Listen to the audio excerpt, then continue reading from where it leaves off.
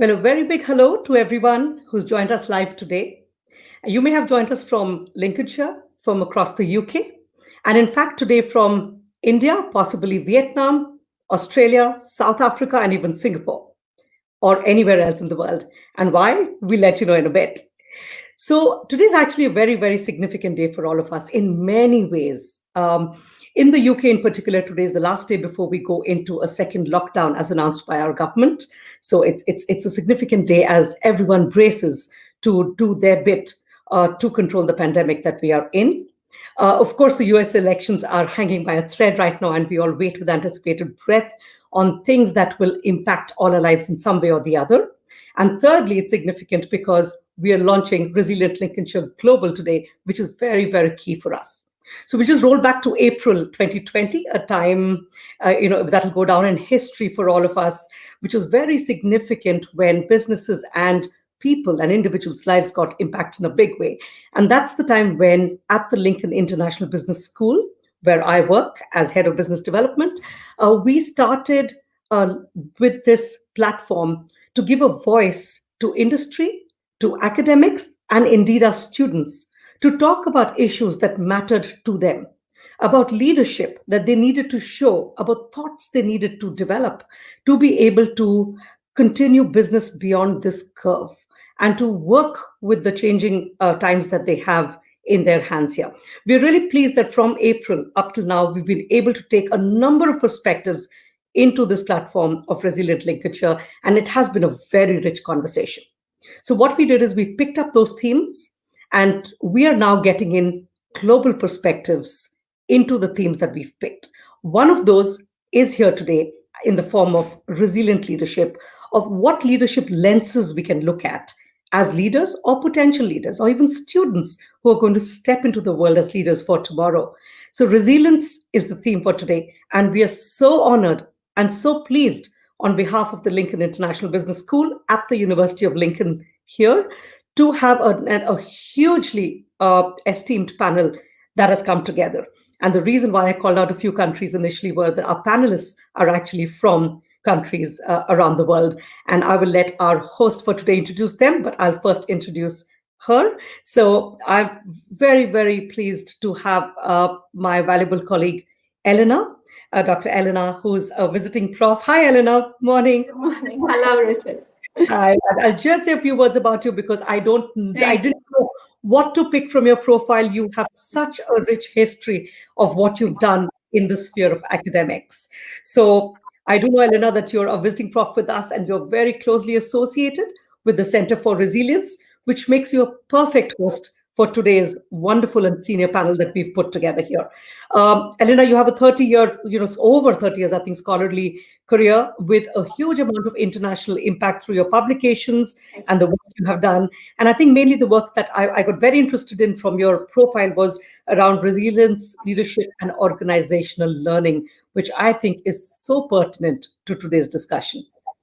So, absolutely, Ruchi. Thank you so very much for the opportunity to be part of this important way of looking at the world. Wearing new lenses is not easy, but that is exactly what we need.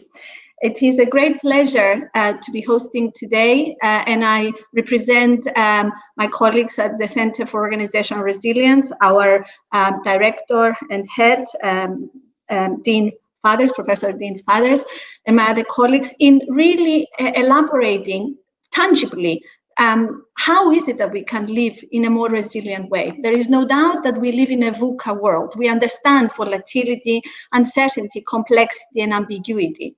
We recognize how important it is to be met with a new vision, greater clarity, a better understanding of the conditions that we're navigating, but also to demonstrate agility. But we don't know how. Today, we're going to help you see how resilience enables us to meet volatility and derive the vision we need through greater appreciation of our vulnerability. We will show you why uncertainty demands new understanding by enabling us to see how resilience allows us to feel unnerved when navigating the unknown. We will explain complexity and derive clarity by recognizing that our judgment calls demonstrate our candor in responding. And finally, we cannot deal with ambiguity and develop agility without resilience underpinning our awakening. How privileged I am to be introducing you some very important people who have answers to these very issues. It is my pleasure to begin with introducing Professor Anne Bardol from Swinburne Business School, all the way from Australia. Welcome, Anne. Nice to have you with us.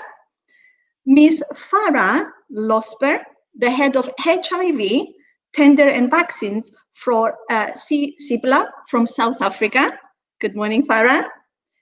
Professor Kamlesh Misra, the Vice Chancellor of Rishihut University in India. Good morning. Good morning. Mr. Luong Man Dao, the Chief Executive of Mavin Group from Vietnam. And finally, Professor, lovely to have you with us. Thank you so much, Mr. Dao.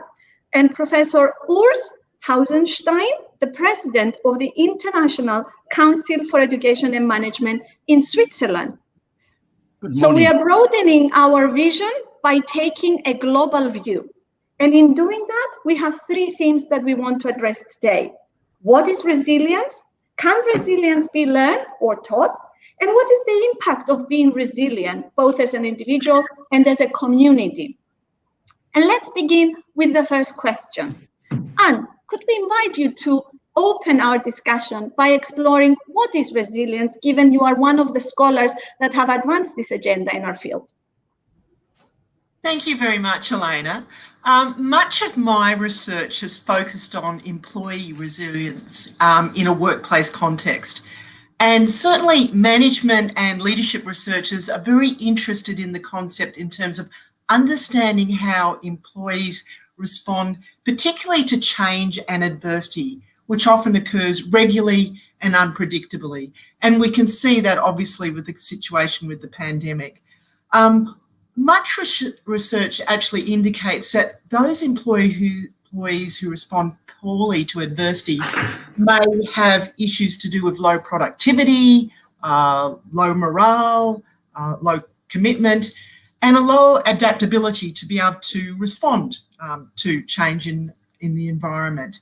And there's certainly quite a number of studies and research that have demonstrated that resilience may prevent these negative outcomes.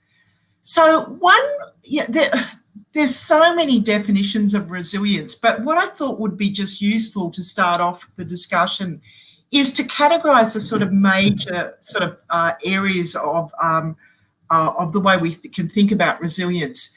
And one is in a very basic way, and we can look at resilience as being the ability to maintain a state of normal equilibrium in the face of extremely unfavourable circumstances. So just to be able to maintain that sense of equilibrium. And another sort of category or approach to looking at resilience, and I have to say this is more at that individual employee level, is to see it as the capacity to develop a high degree of competence in spite of being in a stressful environment and having stressful experiences. So this sort of approach is about how do we actually adapt, not only just maintain an equilibrium, but able to adapt moving forward. And the final sort of group of approaches to resilience talk about resilience in terms of being, I suppose, having growth or giving people growth. In other words, that process of a form of cognitive adaptation to a threat that restores people not only to a prior level of functioning, but actually enables them to find perhaps new meaning in their lives. And just, I suppose, there's two core concepts that we see with any of these approaches to defining resilience. And one, it has to do with adversity. And we can think about that, how we can think of adversity, whether it's long-term or short-term or whatever, and there's debate about that, and also about positive adaptation. So the other, I suppose, thought I can leave you with is that resilience is typically defined as a capacity or process, although some authors define resilience as a process of adjustment with the term resilience reserved for traits or capabilities or capacities. So I hope that's sort of given you some... Wonderful. Thank you very much, Jan. A way of sort of thinking about the different approaches to resilience. Absolutely, and you show the richness exactly that both underpins the research that has been done so far, but also the ongoing issues that need to be still investigated. And what better way to begin to investigate by hearing how practitioners live through resilience. Luong, what does resilience mean for a business like the Marvin Group in Vietnam, especially? Can you unmute, please? Okay. Wonderful, Well, thank you. And we can say that is now is sometimes amazing time for us, like our business leadership was perspective, because like we see that the resilience of the company of the business today is very important. It means that we not only like to recover what we have before, but also we have to look for the future. We may be that our like business model, everything else. So as our Marvin Group, we not only our business on over Vietnam, but also in Laos, Cambodia, and that's why we have when the pandemic came, is something is terrible to us as the business side. And after that, when we see about the situation, and we have our like group of people to talk about the like a situation room. And after the long period of time to analyze about our advantage and the situation in Vietnam, and we see that it's the time for not only to like to recover what we have, but also we should reconfigure our business model. It's will be for the future, because we see that the resilience is it's not a destination, it's a way of being. That is very important. And we see that the chance we have to, it's a chance for the company to reconfigure our business model, because it sometimes is when something is as usual, it's difficult. We convince the other people to change, but now because the changing and the pandemic is also this one, we see that one opportunity. We will see that is the company will transform to the new level of the development. That is meaningful to us for today, and that's why we set up our three action. The first thing we have to like a quick response to the situation, because we work in the agriculture to food business, is to the daily life. It will change very fast. It change very fast. So that's why we have to very quick respond. And the second is we focus on how the business we like a quick recover, because we have to focus on what our core business is very important. We cannot diversify in this time. We focus on our core business and what is our quick recover solution. That's the second thing. And the third thing is now we reconfigure our business model. That's the good chance. And first, we see that it's an opportunity for our company new level in the near future.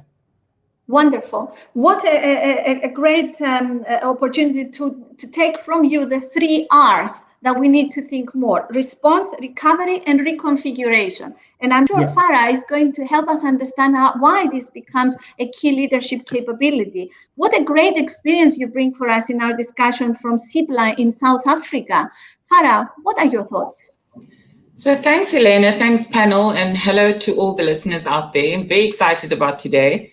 I think when I've reflected on today's discussion, I was thinking about my thoughts on resilience, right? I'm not a professional in terms of academics. It's from a practical perspective. And I've always just thought of resilience as the ability to bounce back, right? To bounce back from adversity, etc. And I think it's a little bit more. I think it talks to the capacity to respond to pressure, constantly changing priorities and the demands of daily life, right?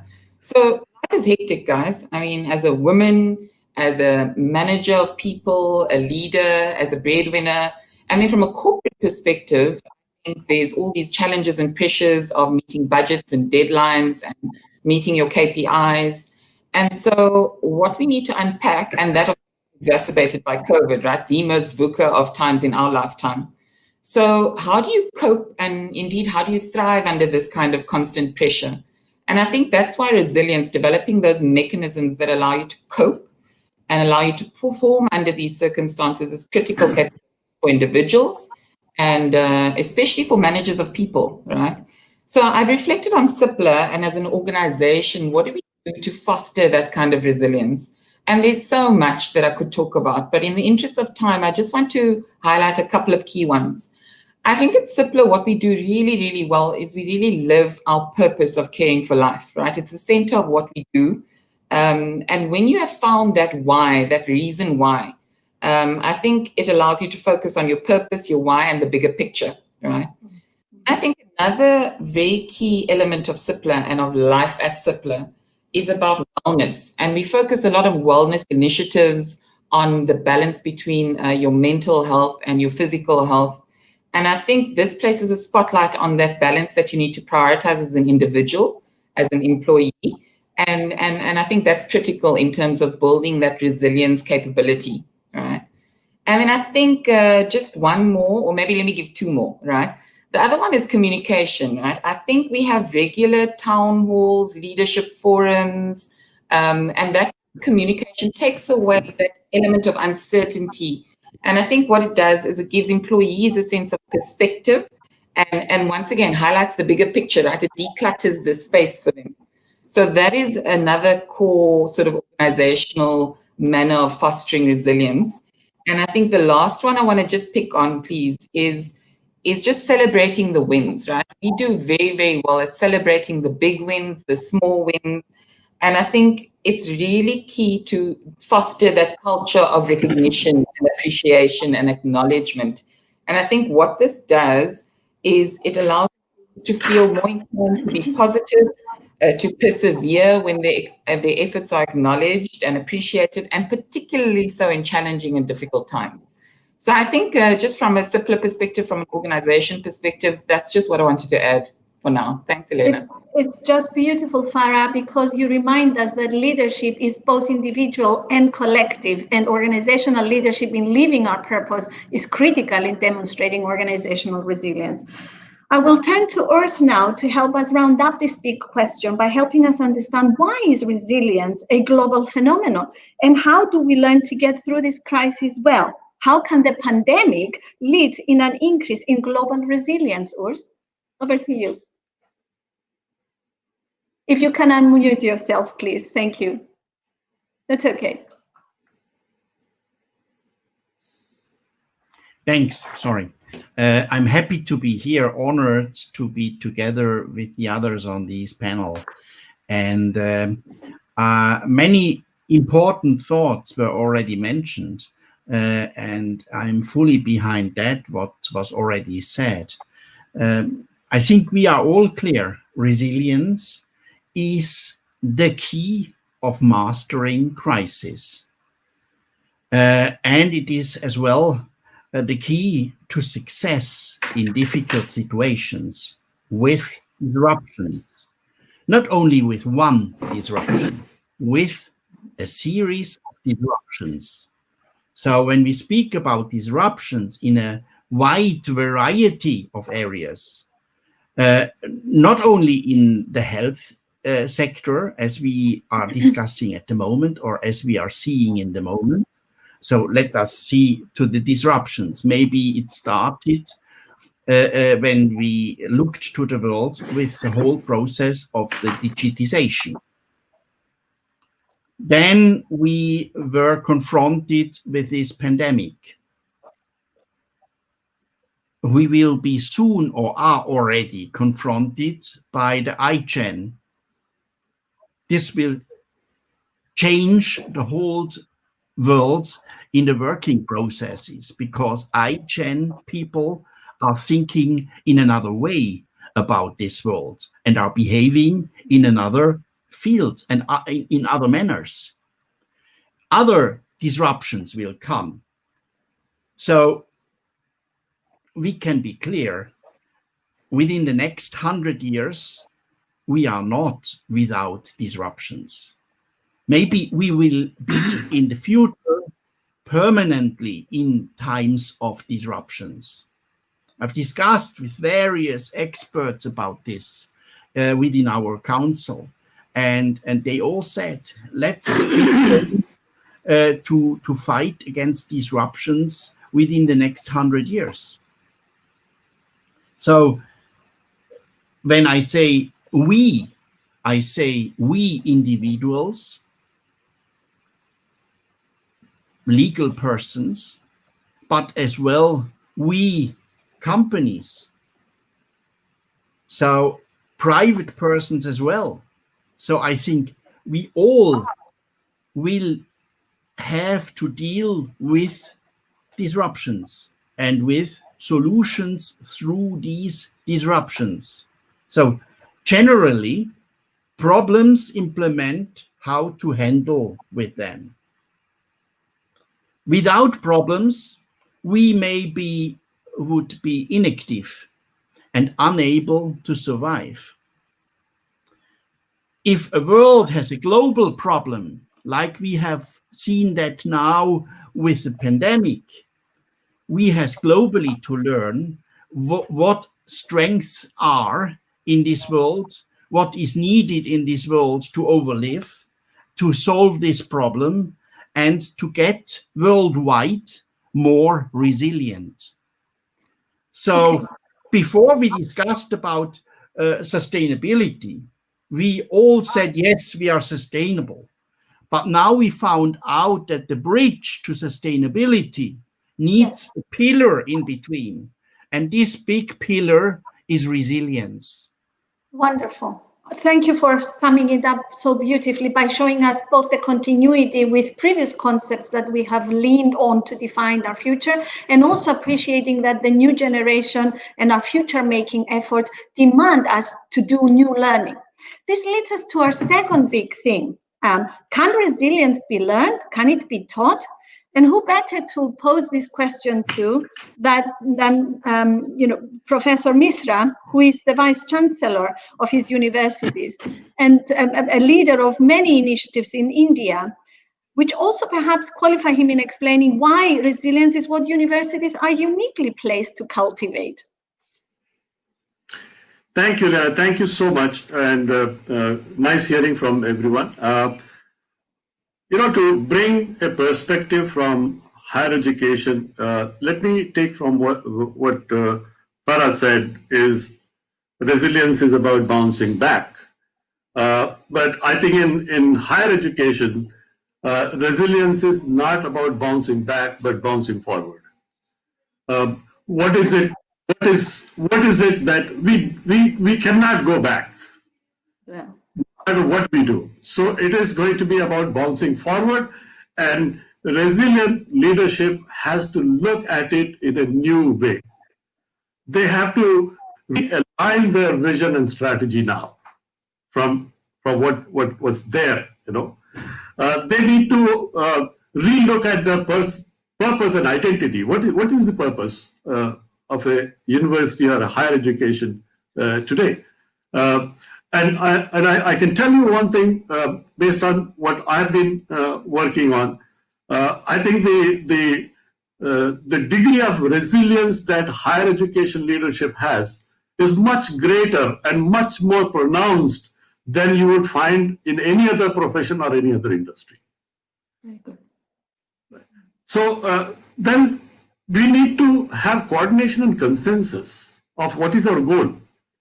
And to me, it is looking more like in higher education, we are trying to chase a moving target.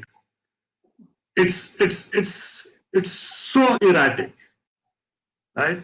Now, how do we do that? My thought is that leadership, and I'm talking from the top till the department chairs and deans and everyone and all of these people, and including faculty members, they themselves at individual level are very, very resilient people who can contribute immensely, not only one person.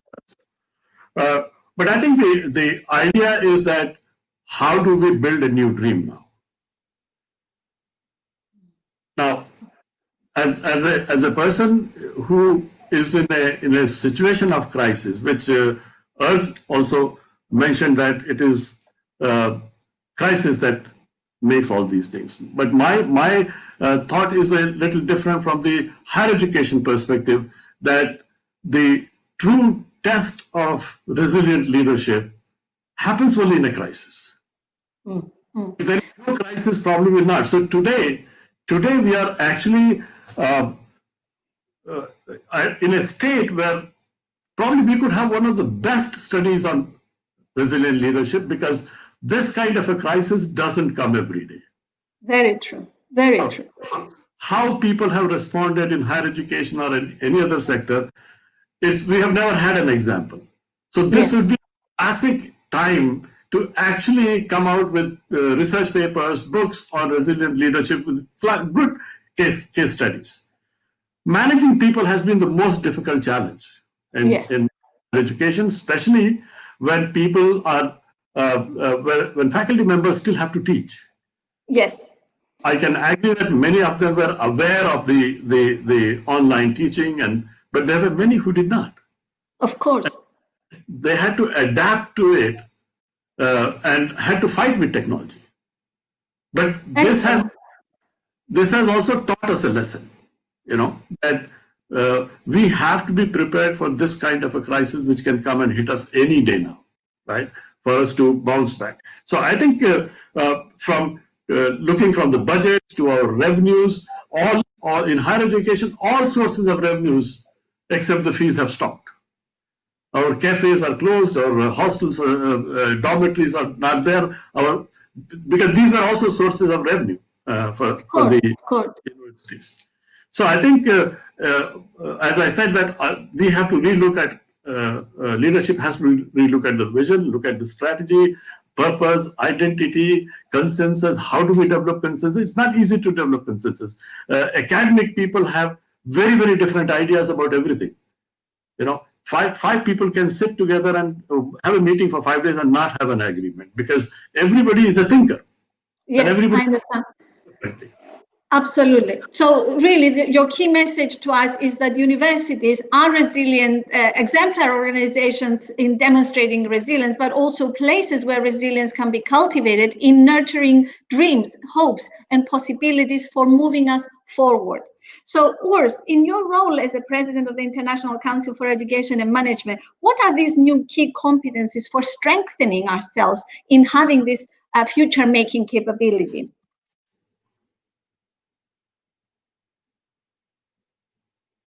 We had the last month several panels, discussions with the members of our International Council about that.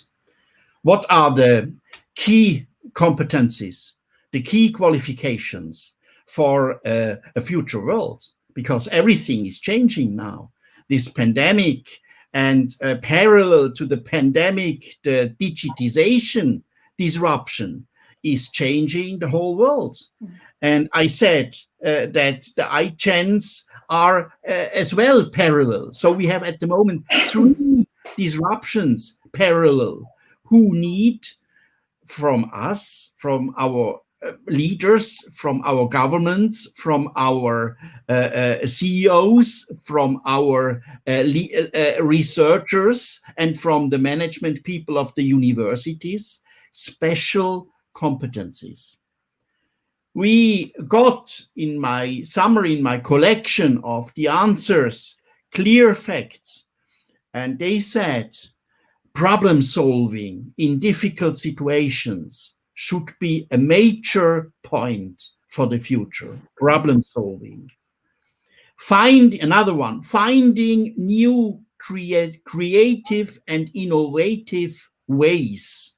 A second and third one, creativity, innovation, especially under difficult circumstances. Till now, that was an easy go under normal conditions. But in a disruption, or in a time of serial disruptions, as we have, and as we will have as well in the future, it is something very special.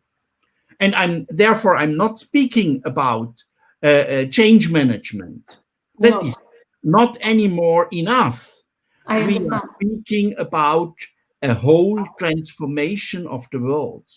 Because we are speaking about the transition. Goethe already spoke about metamorphosis. Yes. And yes. when you know, and when you have written maybe in your college time the novel, the essay of Kafka, Metamorphosis, then you really can imagine what that means. Very nice. So yes, but at the end, there is a new field now coming on board. That Yes. is the field of mindfulness, Okay. of good citizenship, of ethics, of responsibility, of social behavior, all these elements who are important for a better world. Beautiful.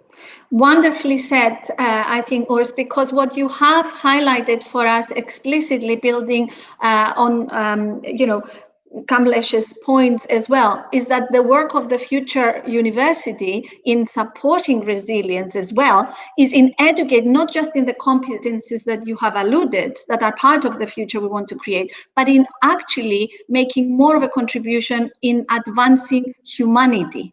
And what is effectively at the moment an absence of what we would call a humane poverty. And has pioneered some interesting new frameworks in helping us understand how practically to support the development of resilience. I would love to hear more about your framework. Please tell us. Thank you very much, Elena. And I might actually cause some of the panel not to agree with me, so I'm happy to spark that debate. I really liked, Urs, when you were talking about what we're doing now is responding to disruptions and how to think about responding to those disruptions. And one of the things we've been working at Swinburne is we've had, in the resilience area, in terms of thinking about it as a concept, it's been not particularly nuanced. We have phrases like, bouncing back, or I did like the concept of bouncing forward. I think, that sort of captures some of the approaches. But what we've sort of come up with is an approach where we can look at resilience in terms of what we've called acceptance resilience and also strategic resilience. Now, what we're trying to do here is get a sense of resilience isn't always the same beast depending on different situations. And for those of you who want a little bit of theory at this point of time, it's what we've used as the conservation of resources theory. And that theory is one where it's talking about where individuals, or it can be at an organisational level, obtain or retain or protect resources. And those resources can be instrumental ones like budgets, money. They can be social resources, such as the social support network that we might actually have. And I think I've certainly seen that in my own community with the impact of the pandemic. And they can also be psychological resources, such as pertaining to well-being and emotions, etc. And what we're sort of saying is sometimes there's a time for what you can call acceptance resilience. That is behaviour that is responding to the immediate realities of the situation by just positively adjusting to what those new constraints might be. And what I mean, so for an example, in the current context, I've just come off a 120-day lockdown in my home city in Melbourne. I think it's one of the longest lockdowns. Now, in one sense, acceptance resilience was sort of saying, okay, we're going to accept this. We need to get the virus contraction rates down, and it's a sensible psychological way to cope with it, because if you keep fighting against it, it drains you. But it does require resilience, and it does require some thinking about how to do that. The other side of resilience is what we call strategic resilience. And strategic resilience is about, okay, understanding the realities of adversity and reflecting and acting upon present and future opportunities. And I heard a lot from particularly our industry speakers, about what your organisations are doing. You're actually thinking about what we need to do for the future. And I think often in the context of leaders, that's the sort of resilience from a leadership perspective, or, you know, they need to think about where can we go. But sometimes at an individual level, we need to perhaps also, you know, engage in, okay, this is a situation, now's not the time to act. And just a couple of other things to pose to you is, if you accept this sort of dichotomous way of looking at the way that we manage resources, one being, if you like, acceptance response to resilience being about resource preserving, and a strategic response to resilience being about resource investing, then as leaders, do we think about different groups or occupational groups as needing particular types of people who are better at acceptance versus better at being strategic? Or do we invest in those training in terms of different types of resilience? And this is just my last point, Elena, my thing is that often I think organisations spend a lot of time on developing acceptance resilience. So we have the yoga classes, the wellness thing. That's about getting people just to accept things. But maybe we need to think about this other sort of form of resilience, which our industry speakers have talked about. Absolutely, very valuable that you are helping us define a typology of resiliences that are needed to be combined as well as adopted at different points in time. And that's exactly why we can turn to Farah for some really practical tips for how we can help build resilience in teams. What would be your 2 key messages about learning to be resilient, Farah? Thanks, Lena. I think personally, I think resilience is a skill that can be developed and nurtured and, you know, practiced. And I think this panel has done a great job of just explaining resilience and why it's important, right? So practically, how do you go about doing this? And I think it's important that the starting point is awareness, right? We need to be having conversations with our teams to talk about resilience, what it means to be resilient, why does it make a difference to you at work, but also in your personal life, right? So those sort of conversations and awareness about resilience, I think that's where you start. But then if you're going to ask me practically, how do you start fostering and building this resilience? I think some suggestions from my side, and I'm really leaning on what we've been doing over the last sort of 8 months, right? What we've been focusing on. And I think the first is, as I said, to encourage individuals to find their why, right? If they find their why, what their purpose is, it could be linked to their work. It could be that the individual's why is about providing for their family. But I think when you find your why, it puts things into perspective and it opens your mind, it calms you, and it makes you focus, right? So I think it's important. And it's a very practical way of starting to build resilience in teams. I think regularly is what I said earlier, just to take us away as much uncertainty as you can, right? To reassure and comfort and clarify. So I think that's something else practical. I think, and I do think prioritizing wellness is important, and wellness from a mental perspective, from an emotional perspective, you know, reassuring them that it is the right thing to do, to put your family first, to put yourself first, because ultimately then it's for the benefit of the whole organization as well, right? So I think wellness is also important in terms of building that resilience in your team. And I think it's critical that we encourage our teams to build their networks, right? They need to build their social networks, that social support of your teams, finding your peers. It makes you feel that you're not alone. It makes you feel part of a tribe. And I think ultimately having that support system makes challenging times that much easier, right? So I think the last one from practical sort of ways to foster resilience in a team is, as I said earlier, celebrate the wins, right? The big, small, acknowledge, appreciate. That builds resilience. It fosters a positive mindset. And I think once you get to that positive mindset, you see opportunities in challenging times, and ultimately you become more resilient. So if you ask me, Elena, about my sort of critical kind of 2 messages about, I think it starts with awareness and that whole discussion. And I think then it's the individual responsibility to commit to building their skill set in resilience, right? You don't wake up and decide to just run a 21K, right, a marathon. You build it, you do endurance training, etc. So if you know why resilience is important, it's then the individual's responsibility to commit to building that skill set and to working at it, right?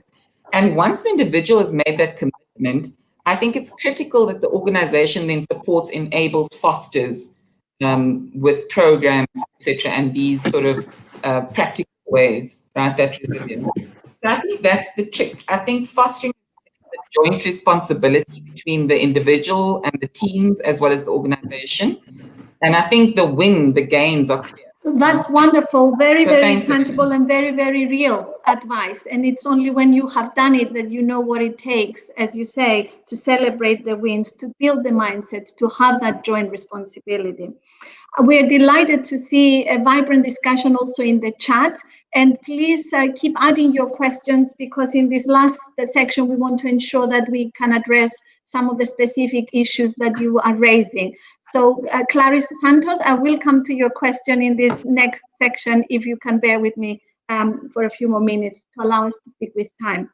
The last question we want to pose in this panel is, what is the impact of being resilient as an individual or as a community? Luong, can we turn to you to guide us about the sustainability of a business?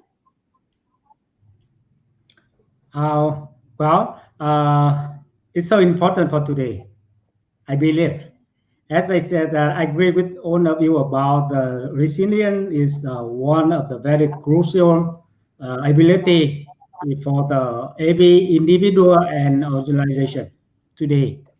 As I said before, the resilience today is the way of being. Is our point of view. Because it's not only the pandemic. For today, we talk about the disruption, about the lockdown, about the restriction, curfew. But in the future, they may have many crises. It's going to be like disrupt our business life. So I think that the resilient capability is one of the crucial for the any individual and the company as well. So like our company, when we set up the any like project or the business plan, we focus on the sustainable development of that. That's very important. We focus on that, the one of the criteria. And with the very fast changing world today, there's many unforeseen factor been affected to our brand. So every like a company like our Marvin Group, we have to set up the resilient capability is one of the vital factor in our people. So today if the one company to maintain the sustainable development, I think the resilient capability is one of the very like unique ability to reap the success of that plan. And compared to the like the in Vietnam today, because of like a developing country, so it's not only the crisis, the pandemic, but also the changing of the economy. So I like our company today, the resilient capability is very important, very important for us for today. And absolutely, I agree with all of you that the resilience should be lesser, should be like cultivate for every single individual in the organization. I understand. So by making resilient as a way of being, we impact our own quality of life and therefore translate it as our own individual pursuit as much as a collective pursuit in a business, if I understand you right. Yeah. Which leads me to ask, Anne, are you aware of any metrics for measuring resilience and its impact from the research you've been doing? If you can unmute yourself, Anne. That's okay. We all do that as we learn to work. I think I saw someone going around with a T-shirt the other day saying "unmute," and I knew exactly what they meant. Now, where was I? Yes, measurements. There are quite a number of measurements at the individual level that you can gain, and a lot of that work has been pioneered by like the US military, the Australian military, I'm sure the UK military, because they want resilient, soldiers, etc. So there's quite a number at that level. But the other thing that I thought was actually important to mention is that there's also a lot of work, a lot of frameworks and tools to measure resilience in different contexts. And we've tended to, I look at it from an organisational behaviour perspective, so issues to do with, leadership and strategy or well-being and of individuals. And we know there's quite a lot of, you can just Google it and you'll find them. But if we look at, for example, frameworks around, for example, income and food access, there are actual measurement tools about resilience in terms of, how people can actually access food, etc. So I thought I would just come back to how we can think about how organisations help develop resilience in their people in organisations. And I accept Farah's point about the fact that wellness and thinking at that individual level is important. And I do think that organisations have a very important role in providing resilience enhancing practices and initiatives to their organisation. So that can be, and particularly now, we're seeing that because of the working from home and stuff like that. How do you actually develop social supports for people who work in the environment in which we're talking at the moment? Issues to do with appropriate employee assistance programs. I'm sure it's the same everywhere around the world, but certainly in Australia, we've had a massive increase in the number of mental health issues that people are reporting. Also, unfortunately, issues to do with domestic violence. So how can we provide people support at an organisational level for those types of social problems? But we also, there's some, great programs about that focus on actually developing resilience in people. It could be about our occupational health and safety systems or our risk and crisis management systems.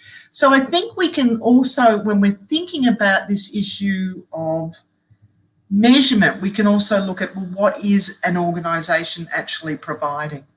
Wonderful. And in some respects, I want to come to Farah first before inviting Kamlesh to also extend our discussion. Farah, from your point of view, what question can help businesses think about investing in resilience programs, just following from what Anne has just told us? So, Elena, I think if you just think about that question, right, businesses always need a return on investment, right? It just is the way it is.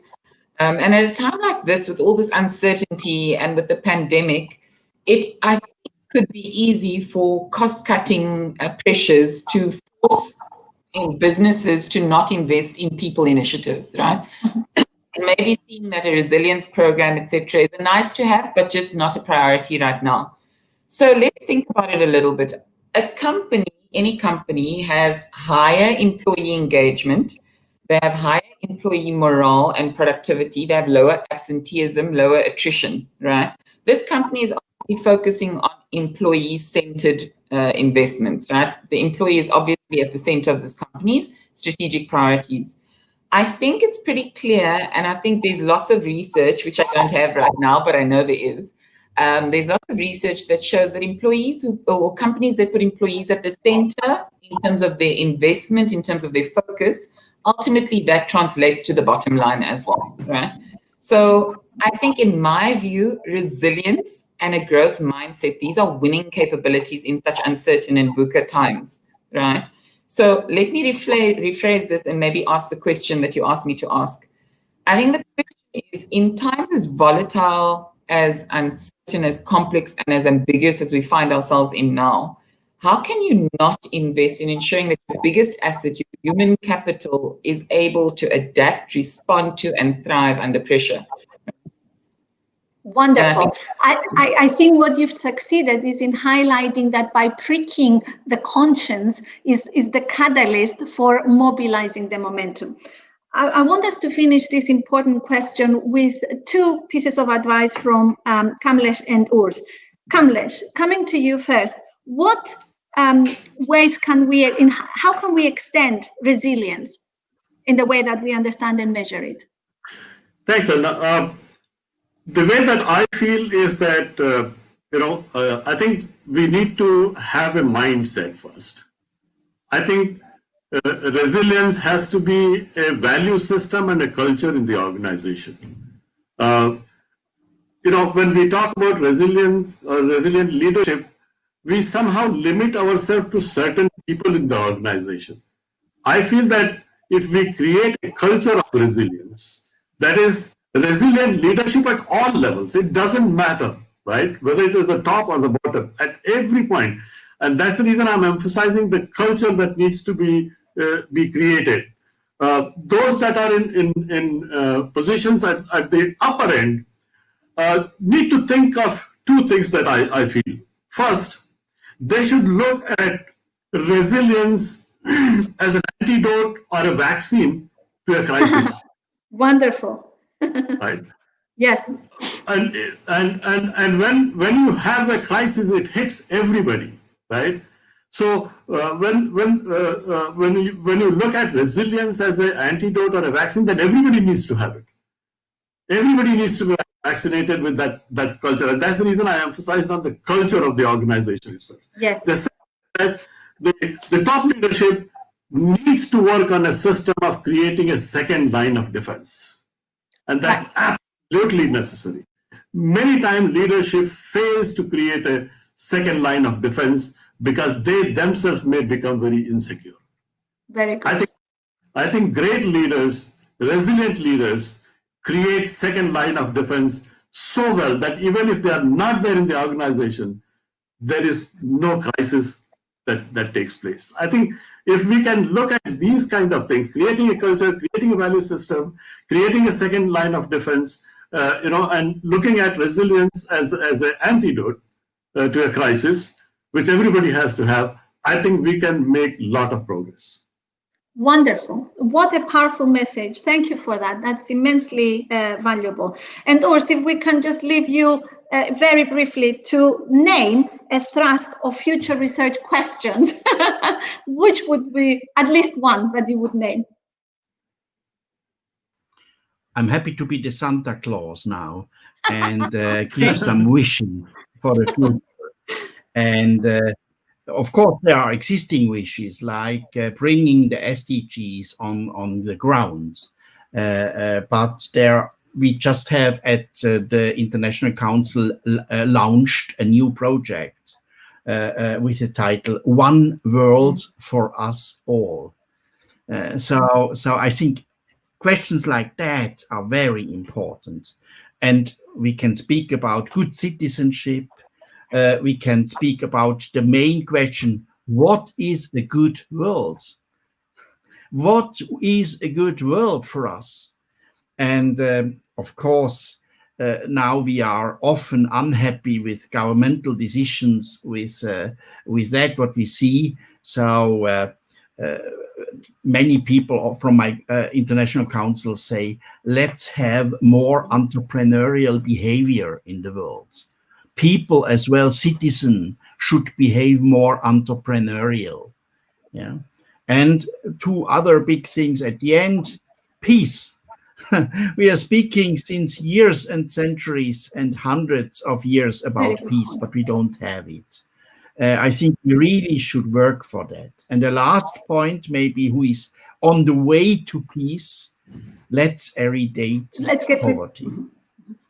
It is, in fact, a simple thing, and we could do that very quick, but let's eradicate poverty in this world. Very nice. That's such a positive message. We are absolutely delighted and very grateful with all of what our panel has highlighted. But I have been enthused greatly by Daniela Lauer's contributions in our chat, Tracy White, Stuart Armsworth. Really, they provide us a lot of important ideas from which to build, both in developing metrics, understanding what we can control, as I think Daniela is saying, and really remaining focused on making resilience as a way of living, as a way of being, as we've heard already from the panel. I know that sadly time is not, it is upon us, so we don't have an extensive opportunity for discussion, but there is one valuable question that Clarice Santos offers earlier, which I'd like to share with the panel and invite a brief response. And I know Brendan Tempest Mock also poses an important question, but we will see if time permits us. You can see the question now in your screens, and thank you, Clarice. Panel, who of you would like to volunteer to help us understand how we can help young adults, students, for example, develop resilience, given everything that we've shared today? Especially when it comes to engaging with adversity, because I think when we see the mental health implications of our current challenges, I believe that that is perhaps a key priority to think about how we tangibly can provide support. Any thoughts? Yes, Anna. Hello, Clarice. I actually know Clarice. She used to live in Australia, so lovely to see her. Lovely to see her here. Look, one of my, this is just one part of it. I think that at that individual level, particularly for young people, the issue of developing social networks that are supportive is extremely important. And that to me, when I look at my own young adult children and those of young adults who I teach, seems to be a very important issue. Thanks, Clarice. Beautiful. And another member of our panel would like to offer some advice to the future generation. Yes, Professor Misra. I think, and this is something that we practice here in the university. The first thing that we do is we try to ensure that the message is very clear to every student, that every inch of space in the university is a learning space. And we try to give them a very, very clear idea that much of the learning is going to come outside the classroom rather than inside the classroom, which means that it is interacting with people, making friends, and also to let them know that it's okay to make mistakes. And many times, we forget to tell students that it's okay to make mistakes. What we try and tell them is that you can make mistakes and you will make mistakes. We just don't want you to be a person who makes consistent mistakes and makes a mistake the second time. You have the right to make only one mistake once. Every mistake has to be a new one. Then we are right? Then the learning process is going. It's okay for them to come to me with a problem which is not an academic problem. It's a problem of relationship. It's a problem which he's facing in the society. Yes. I think I owe it to him to sit and talk to him with my experience. I'm not expecting that he has to do what I'm saying. Right? Absolutely. That's his right to accept or not. But for me to try and help him lower the burden that he's carrying, because I'm willing to listen to him and I'm willing to tell him what are the possible things that we can do together, and I'm with you. I Wonderful. think such a format of learning really turns out great students, and I've had a lot of success stories in this kind. I've saved students from committing suicides because of this. Thank you. Thank you so very much for reinforcing something so very powerful we want to leave as a key message to all our participants and to the world today. We may not be able to address the political issues, but we have a commitment to learn and learn the right lessons. And resilience emanates not just by our acceptance and strategic positioning, not only from our mindfulness and mindset and a shared responsibility, but as we've heard from our panel today, it is about a way of being, our capacity to respond, to recover, and to reconfigure. And with these thoughts, my gratitude to our wonderful panel for the vibrant discussion, for all the insights and personal experiences shared, to our participants in the chat for their comments and encouraging notes, And it is my great pleasure to hand over to my colleague, Tarzan Shoker, to complete today's session. Thank you all very much. Thank you, Elena, and thank you, panel. That was an incredibly sort of fascinating discussion there. So thank you for Elena for leading on that, and thank you, Anne, Luong, Kamlesh, Farah, and Urs for some incredible, insightful perspectives on resilience there. So, and our audience as well. They're sort of highly engaged with their own contribution, as you can see in the comments there. So that's absolutely wonderful. So I just want to thank everybody for sort of taking part in this, and just want to look ahead a little bit in terms of what we got sort of coming up as well, and particularly for our audience. So please sort of feel free to join in our sort of next series, next webinar. We've got our next one is on an emotional lens. So we will be looking at sort of this capability, this leadership trait in terms of how our sort of leaders can sort of embrace this element. And this is next week, next Thursday, 9:30 UK time. So you can sort of work that out in your own individual sort of regions there. But yeah, please do join us, and we look forward to having you join us once again. But for now, thank you very much, and all the best. Thank you. Bye-bye. Thank you. Thank you. Thank you, everybody. Bye-bye. Bye-bye. Bye-bye. Thank you.